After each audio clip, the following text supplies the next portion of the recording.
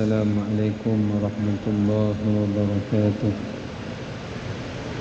إن الحمد لله نحمده ونستعينه ونستهديه ونستغفره ونعوذ بالله من شرور أنفسنا ومن سيئات أعمالنا. من يهده الله فلا مضل له ومن يضلله فلا هادي له. أشهد أن لا إله إلا الله وحده لا شريك له وأشهد أن محمدا عبده ورسوله. اللهم صل وسلم وبارك على نبينا ورسولنا محمد وعلى آله وأصحابه أجمعين. قال رب اشرح لي صدري ويسر لي أمري واحلل عقدة من لساني يفقه قولي. رب يسر ولا تعسر ربي تمم بالخير. أما بعد. Alhamdulillah, kita rafa'kan puji dan syukur kepada Allah Subhanahu wa taala di atas segala rahmat dan kurniaannya. Pada malam yang mulia ini kita masih lagi diberikan kehidupan, kesihatan dan keafiatan oleh Allah Subhanahu wa taala untuk dapat sama-sama kita berada dalam pengajian kuliah ilmu pada malam ini. Kita masih lagi diberikan peluang untuk dapat beriktikaf dan juga diberikan peluang untuk dapat menunggu waktu salat di antara maghrib dan isya. Dan pada malam ini juga kita masih lagi diberikan peluang untuk dapat kita duduk menyambung pengajian kitab Riyadhus Salihin untuk kita menyambung semula bagi tajuk pengajian kita ini, insya-Allah. Kita sambung pada hadis yang kelima. Wa an Abi Rifa'ah At-Taimi radhiyallahu anhu qala Ra'aitu Rasulullah sallallahu alaihi wasallam wa alaihi thawbani akhdaran. Daripada Rimfah atau nama sebenarnya Rifa'ah At-Taimi radhiyallahu an, dia berkata, sesungguhnya aku telah melihat Nabi sallallahu alaihi wasallam memakai dua helaian pakaian baju yang berwarna hijau. Baik, berdasarkan hadis ini menunjukkan kepada kita bahawasanya keharusan untuk seseorang itu mengenakan pakaian yang berwarna hijau. Harus hukum. Kerana hadis ini menunjukkan bagaimana antara warna yang disukai oleh Nabi sallallahu alaihi wasallam, di antara beberapa bentuk warna daripada sekalian warna itu adalah warna hijau. Sebenarnya ada banyak lagi warna yang lain kalau dihimpunkan oleh para ulama. Warna-warna yang pernah dipakai oleh Rasulullah sallallahu alaihi wasallam dalam semua himpunan hadis. Pertama, warna putih. Warna putih ada disebut warna yang paling banyak dipakai oleh Rasulullah SAW. Yang kedua, warna yang yang pernah juga dipakai oleh Nabi SAW adalah warna hitam. Nabi SAW pernah juga mengenakan warna hitam. Dan yang ketiga, warna yang pernah dipakai oleh baginda Nabi SAW adalah warna merah. Merah pun Nabi pernah pakai.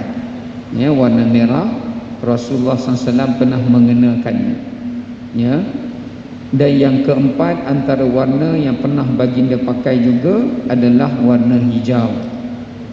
Akhdar dekat sini memberi maksud warna hijau yang tidak kepada hijau yang terlalu pekat. Dia bukan hijau yang terlalu pekat, tapi hijau yang agak sedikit cair. Itu antara warna yang dipakai oleh Nabi sallallahu alaihi wasallam. Dan dalam riwayat yang lain juga mengatakan baginda pernah memakai warna muasfar. Muasfar ni warna kuning yang dekat dengan merah. Kuning yang dekat dengan warna kemerahan. Ya, itu juga warna yang pernah dipakai oleh baginda sallallahu alaihi wasallam. Seingat saya lah, berdasarkan hadis-hadis yang pernah diriwayatkan tentang warna pakaian baginda sallallahu alaihi wasallam. Cuma tuan-tuan, dalam kita nak memahami hadis yang seperti ini, para ulama telah memberikan beberapa garis panduan. Ya, garis panduan, iaitu kepada 4 perkara. Yang pertama disebut sebagai, untuk kita memahami hadis yang seperti ini, dipanggil sebagai, iaitu bu'du al-bashari. Pertama iaitu sifat Nabi sallallahu alaihi wasallam sebagai seorang insan dan manusia. Itu yang pertama. Bila kita baca hadis Nabi sallallahu alaihi wasallam, kalau kita jumpa dalam hadis itu menerangkan kepada kita tentang sifat kemanusiaan Nabi sallallahu alaihi wasallam sebagai manusia. Yang mana sifat manusia ini, dia ada kecenderungan apa yang dia minat.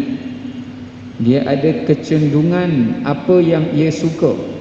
Kerana itu sifat manusia. Ya, sifat manusia. Macam apa yang tuan-tuan suka mesti tak sama macam apa yang isteri tuan-tuan suka. Apa yang mak ayah kita suka tak semesti sama dengan apa yang anak suka. Ada masanya sama, ada masanya berbeza. Kerana itu sifat kecenderungan manusia yang Allah bagi perasaan kepada kita dan cita rasa kepada kita. Ini dipanggil bu'dul bashari. Contoh, Nabi sallallahu alaihi wasallam suka makan tembikar. Mungkin ada orang kurang gemar tembikar. Nabi sallallahu alaihi wasallam suka makan labu. Mungkin ada orang kurang minat labu. Ya, kita minat cili, Nabi tak suka cili. Habis tu tuan-tuan makan cili buat apa? Kan? Lepas ni jangan makan cili. Nabi tak suka bawang, kita hantu bawang. Dah buat sup, cari bawang goreng lagi, tabur atas, bau Ustaz.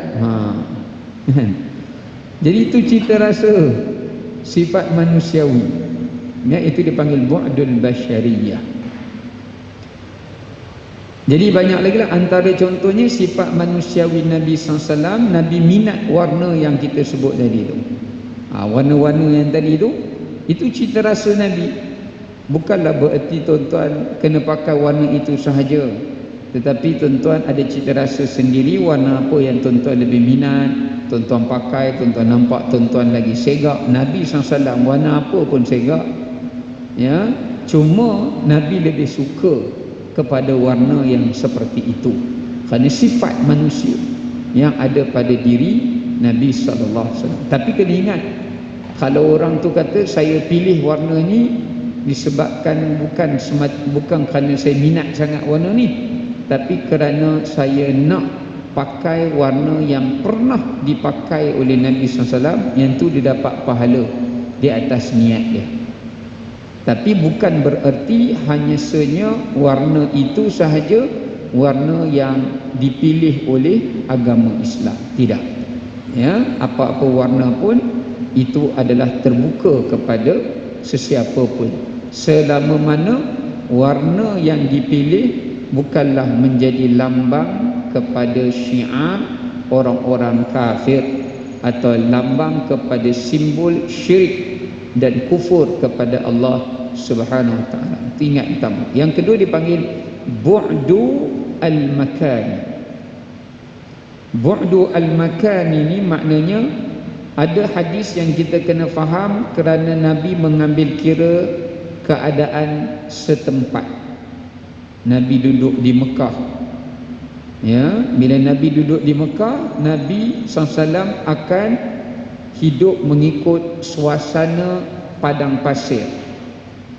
Suasana padang pasir. Ya, suasana padang pasir. Ya, contoh, misalnya suasana padang pasir atau penduduk di Mekah, yang mana penduduk Mekah ni kebiasaannya mereka ni suka berniaga. Penduduk Mekah ni minat mereka ni perniagaan. Ya, mereka kebanyakannya usahawan. Sebab tu Nabi SAW, bila Nabi asal Mekah, sebab tu Nabi minat berniaga, sehingga kan perniagaan apa yang diniagakan oleh Nabi SAW berjaya dan diambil bekerja oleh Khadijah radhiyallahu anha. Tapi kita dekat negara kita, bukan semua orang pandai berniaga. Kebanyakannya makan gaji, bekerja dengan orang. Kita tak ada kepandaian atau kepakaran untuk berniaga sendiri. Mungkin kita ada, tapi modal tak ada. Ya, dan bermacam-macam lagi lah. Maka kita tak boleh kata siapa yang kerja makan gaji ini tak ikut sunnah. Ini tak betul. Kerana Nabi tak pernah cakap dekat penduduk Madinah yang mereka tidak ikut sunnah Nabi. Kerana penduduk Madinah dia tak berniaga. Mereka adalah peladang, mereka adalah pekebun, mereka adalah petani. Mereka peladang, mereka pekebun, mereka petani. Ya, jadi mereka lebih banyak bercucuk tanam. Mereka tak pandai berniaga. Sebab tu tak ada pasar dekat Madinah seperti pasar yang ada di Mekah. Lepas Nabi datang, bila sahabat Muhajirin datang ke Madinah, diorang yang buka pasar untuk memajukan ekonomi orang Islam di pasar itu, yang sebelum itu dikuasai oleh orang-orang Yahudi. Ya, orang-orang Yahudi. Maka di sini menunjukkan pada kita bahawasanya Nabi tidak melarang sahabat Ansar untuk tinggalkan berkebun, bercucuk tanam untuk berniaga. Sebaliknya Nabi raikan mereka kerana itu keadaan Madinah. Berbeza dengan keadaan di Mekah. Yang ketiga dipanggil bu'dul ahwali. Bu'dul ahwal ini iaitu mengikut keadaan masyarakat sekeliling. Yang tu pun dia ambil kira jugalah faktor dalam kita nak memahami sesuatu hadis Nabi sallallahu alaihi wasallam. Contoh bu'dul ahwal ini, keadaan sekeliling ini macam cara rawatan Nabi sallallahu alaihi wasallam. Jadi bila cara Nabi berubat mengikut apa yang terdapat di negara Nabi lah. Seperti Nabi makan minyak zaitun, Nabi berubat dengan habbatus sauda, Nabi berubat dengan berbekam. Kerana itu adalah termasuk di antara cara keadaan setempat itu berubat.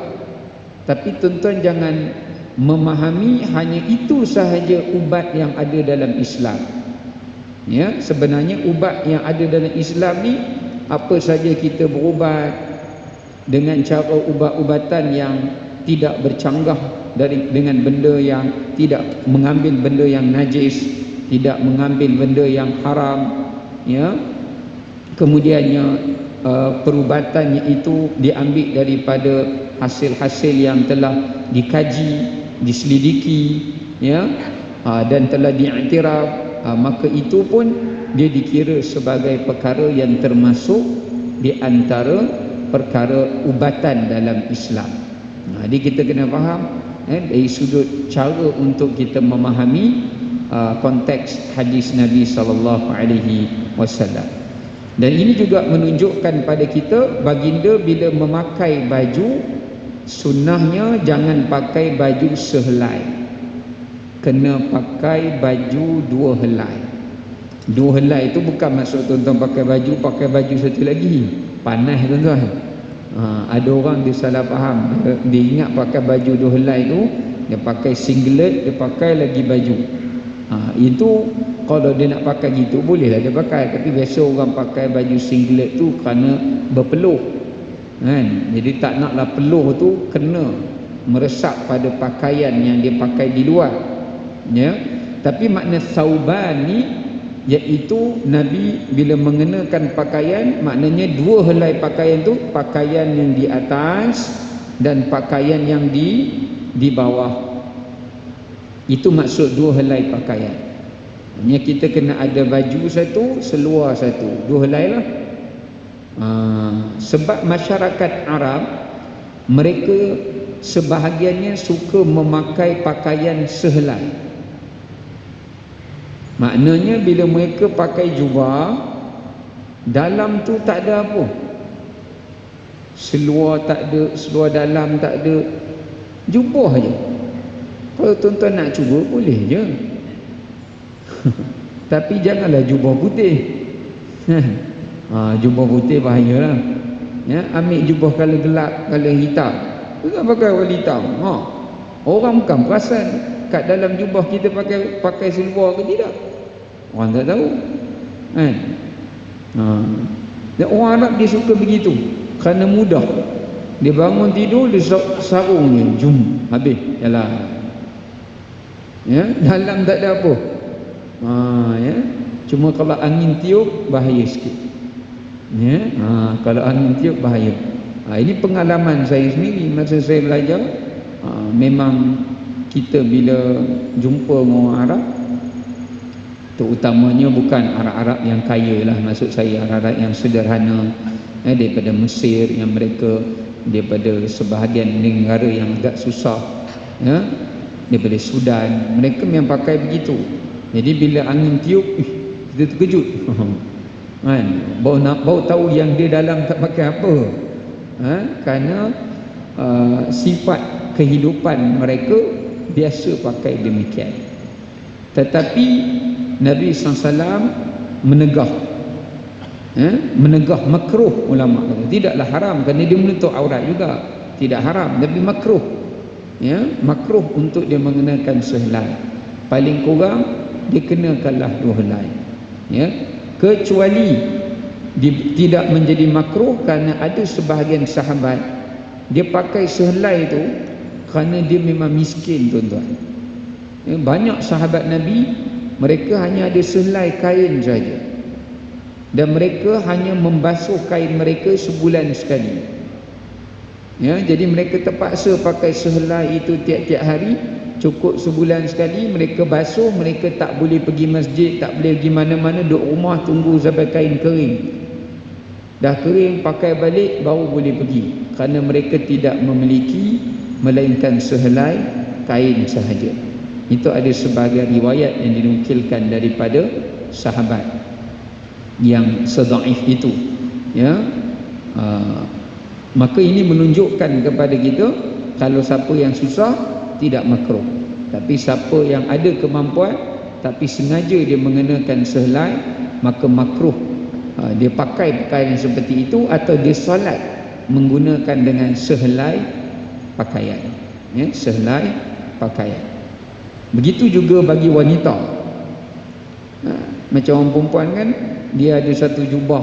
Orang Arab perempuan dia ada satu jubah tu, dia sarung daripada kepala sampai kaki, dalam tak ada apa. Ada juga, ya. Maka itu juga termasuk makruhnya.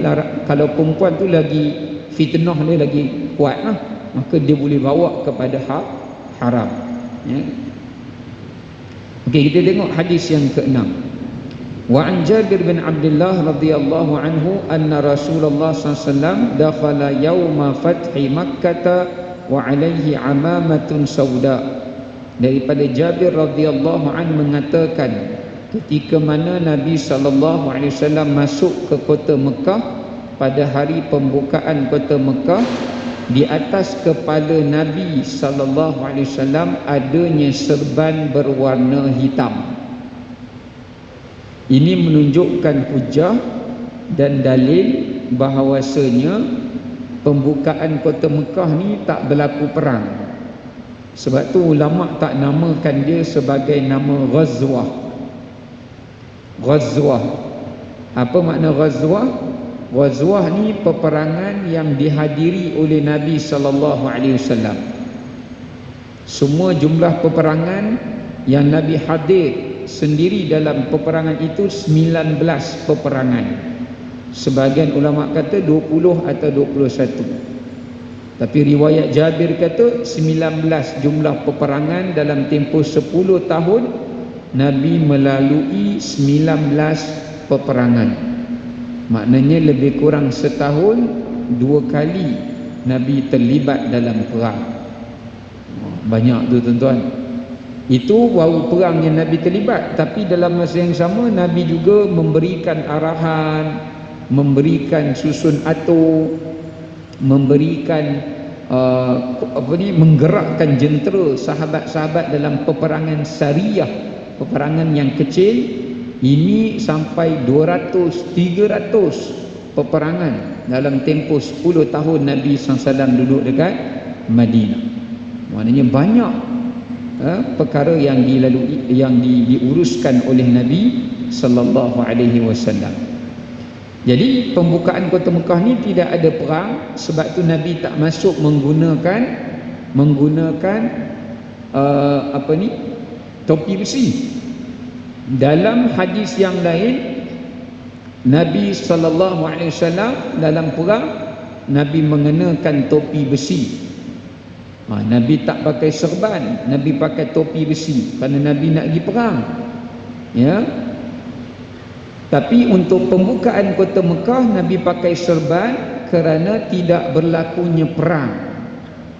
Maknanya tak berlaku pertempuran ataupun terkorbannya nyawa dalam pembukaan kota Mekah, sebab Nabi datang serang hendak ke kota Mekah secara mengejut dan pihak musyrikin tengok jumlah Nabi yang terlalu ramai, tentera Islam. Jadi mereka, Abu Sufyan pada ketika itu memberi arahan kepada orang kafir Quraisy supaya menyerah diri tanpa berperang, sebab dia tahu dia tak akan menang melawan tentera Nabi sallallahu alaihi wasallam yang telah pun bersiap sedia lebih awal, dan mereka baru nak mengatur dan mereka dikepung pula. Jadi mereka, Allah campakkan rasa takut dalam hati mereka. Sebab itulah akhirnya mereka menyerah diri dan akhirnya penduduk Mekah memeluk Islam atas pembukaan kota Mekah tersebut. Nabi mengenakan serban yang berwarna hitam.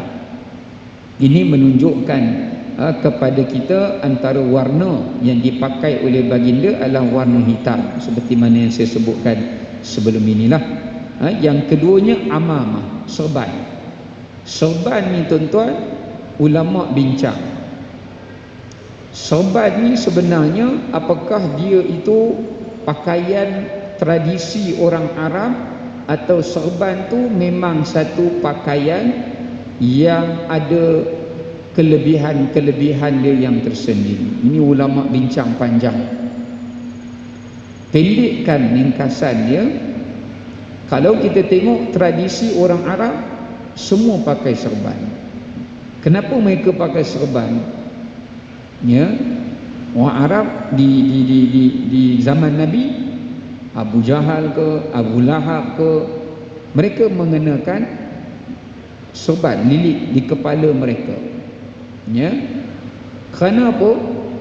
Kerana kalau tuan-tuan pernah pergi negara Arab, tapi Arab sekarang dia dah moden lah, dia dah tak pakai serban macam zaman dulu, tapi tetap mereka pakai benda menutup kepala. Tuan-tuan pernah tak terfikir kenapa pakaian orang Arab, tak kira lah mana-mana, Iraq ke mana ke, mesti dia orang suka pakai benda yang menutup kepala? Agak-agak tuan-tuan pernah fikir tak? Sama ada dia orang pakai serban ke, atau dia orang pakai kain igal diletakkan ditutup juga, asalkan tutup kepala lah juga. Kenapa agak-agak? Mesti ada sebab, tradisi dia macam tu, takkan saja-saja. Kerana keadaan cuaca di zaman mereka, keadaan cuaca di negara mereka, mereka duduk terdedah kepada matahari yang kepanasan mereka 40, 50, 60 tinggi, panas, boleh membahayakan kepala mereka terdedah kepada kepanasan yang terlalu tinggi, boleh menyebabkan heat stroke, bahaya. Sebab itu orang Arab, mereka banyak bermusafir jauh. Negara mereka tak ada awan macam negara kita, panas ada awan, tuan-tuan. So apa mereka buat? Mereka ambil satu pakaian lalu mereka ikat, ya. Sebab itu perkataan serban ni dalam bahasa Arab dipanggil amamah. Dia berkata ammama, ya, ammama, ta'mim, maknanya perkataan tu diambil, pernah mereka bermusafir, kepala mereka panas, lalu mereka ambil kain di bahu mereka, mereka kata lilitkan kepala kamu untuk melindungi daripada panas matahari. Itu asal kenapa orang Arab bermula memakai serban, asal dia, ya, kerana nak melindungi kepala mereka daripada panas matahari, ya. Orang perempuan dia orang tak keluar rumah, memang budaya mereka duduk di dalam rumah, mereka tak berjalan bersiar sana sini, tidak. Yang banyak menghabiskan masa perjalanan adalah orang lelaki. Sebab tu kebanyakan mereka pakai, ambil, tutup, letak atas kepala. Jangan kira zaman sekarang ni, sebab dia orang dah ada kereta, ni kira zaman masa semua naik unta ni, tuan-tuan, panas, ya, tak ada aircon. Baik, cuma kalau sesiapa yang memakai serban, macam saya katakan tadi, yang ulama sebut, kalau dia memakai serban itu kerana Nabi SAW memakainya dan dia ingin agar ia melakukan seperti mana yang pernah dipakai oleh Nabi SAW, maka dia mendapatkan pahala itu, ya, dia mendapatkan pahala tersebut, ya. Tetapi kalau sekadar dia memakai benda yang menutup kepala, yang sunnah dia memakai benda yang menutup kepala. Tak kiralah sorban ke, kopiah ke, apa-apa yang tuan-tuan pakai menutup kepala, itulah sebenarnya yang sunnah. Kerana dalam hadis menyatakan sahabat jarang melihat Nabi dalam keadaan hasirur ra's. Hasirur ra's tu maknanya dalam keadaan tidak mengenakan apa-apa di atas kepalanya, di atas kepalanya. Tapi apa yang tuan-tuan nak letak atas kepala, kopiah ke, songkok ke, serban ke, itu boleh. Cuma kalau macam ulama katakan tadi, kalau dia mengenakan serban tu kerana nak mengikut Nabi SAW, dia dapatlah pahala atas dasar nak mengikut ittiba' itu tadi, ya. Baik, okey, kemudian kita tengok hadis yang ketujuh.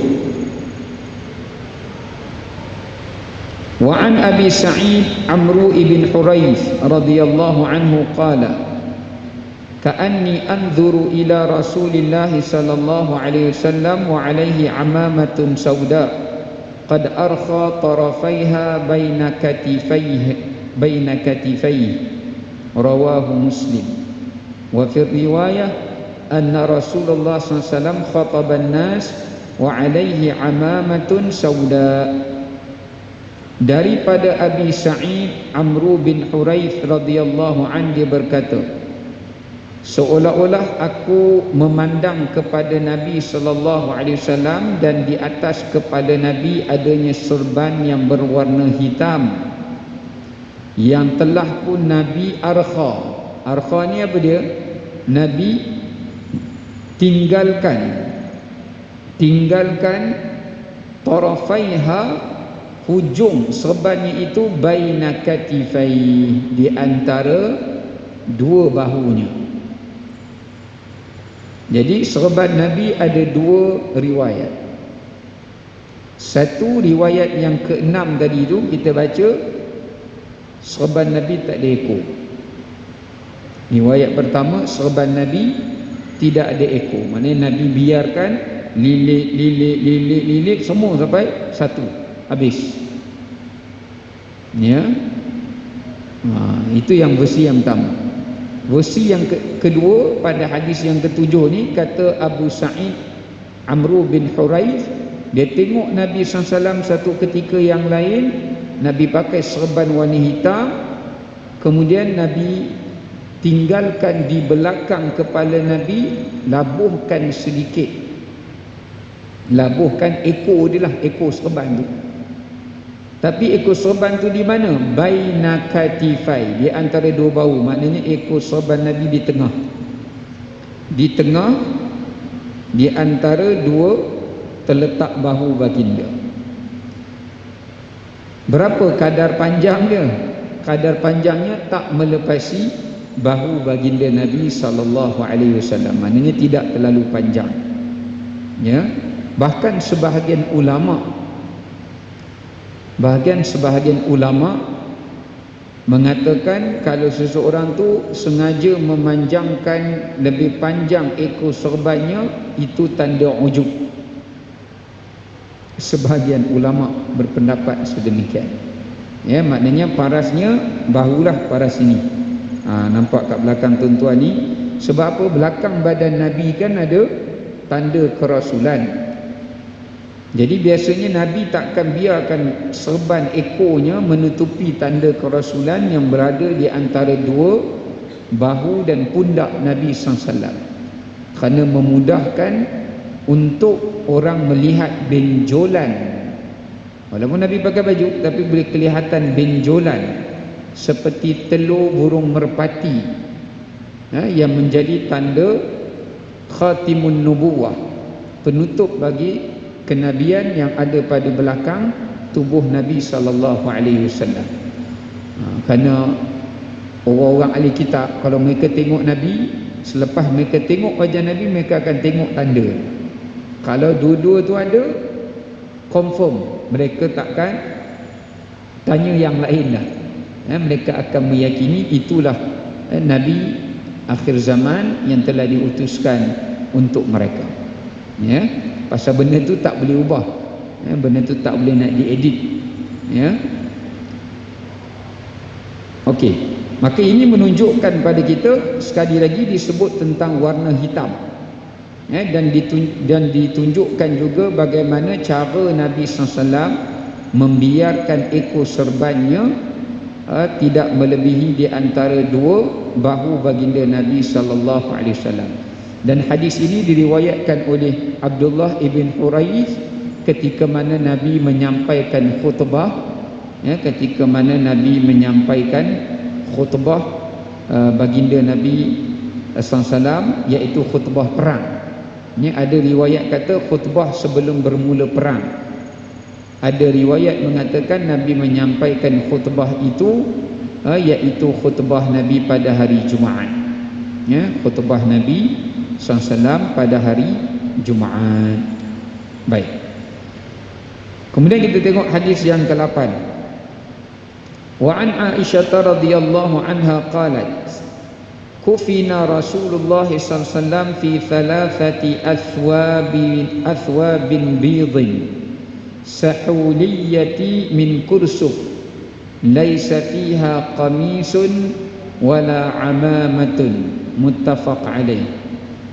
Kata Sayyidatina Aisyah radhiyallahu anha, dia berkata telah dikafani Nabi sallallahu alaihi wasallam pada tiga helai kain kafan. Nabi SAW telah dikafani dengan 3 helai kain kafan, iaitu kain kafan yang diperbuat daripada sahulah. Sahulah ni maknanya yang lembut dan daripada cotton, maknanya kain yang baguslah, bukan kain yang senang koyak, tidak. Sebab tu kalau nak beli kain kafan, jangan kain kafan yang mudah koyak.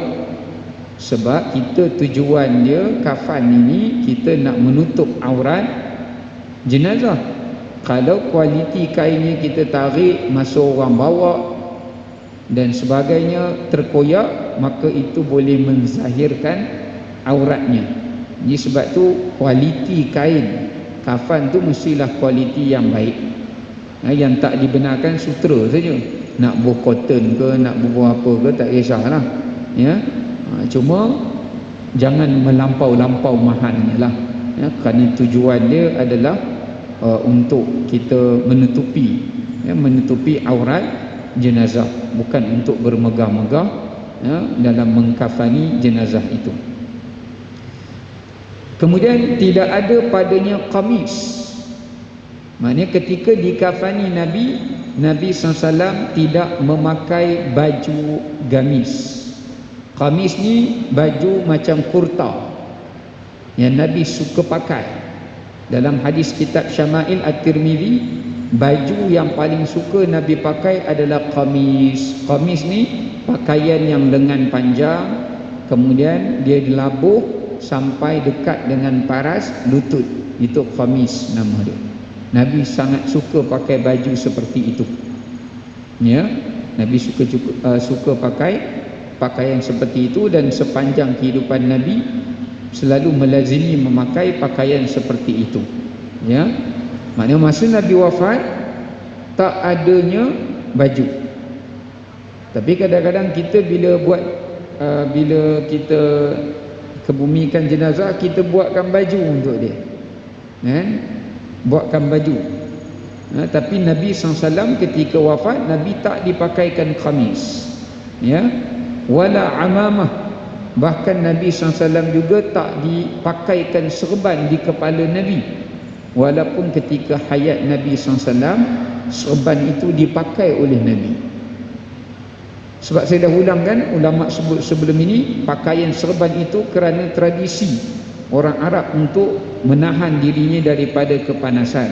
Sebab tu bila Nabi wafat, kalau dah serban tu masih lagi menjadi ibadah, patutnya kena pakailah kat kepala Nabi. Tapi ia tidak dipakai. Sebaliknya kepala Nabi dibiarkan kosong sahaja begitu, dan dikafani tubuh Nabi dengan 3 helai kain kafan sahaja. Helaian pertama balut semua badan, kedua dan ketiga tanpa ada baju, tanpa ada serban. Itu kesederhanaan bagaimana jasad tubuh badan Rasulullah SAW yang mulia itu telah dikafani oleh para sahabat. Siapa yang mengkafankan? Ali, kemudian Fadl ibn Abbas yang merupakan sepupu Nabi, Ali pun sepupu Nabi, kemudian ada seorang lagi yang merupakan adik kepada Fadl, juga yang merupakan sepupu kepada Rasulullah SAW, dan setengah riwayat mengatakan adalah Usamah bin Zaid. Maka ada 4 orang yang membantu dalam mengkafani jasad dan tubuh Nabi sallallahu alaihi wasallam. Baik, wallahu a'lam bissawab. Sekadar itu untuk kita pada malam ini. Wassalamualaikum warahmatullahi wabarakatuh.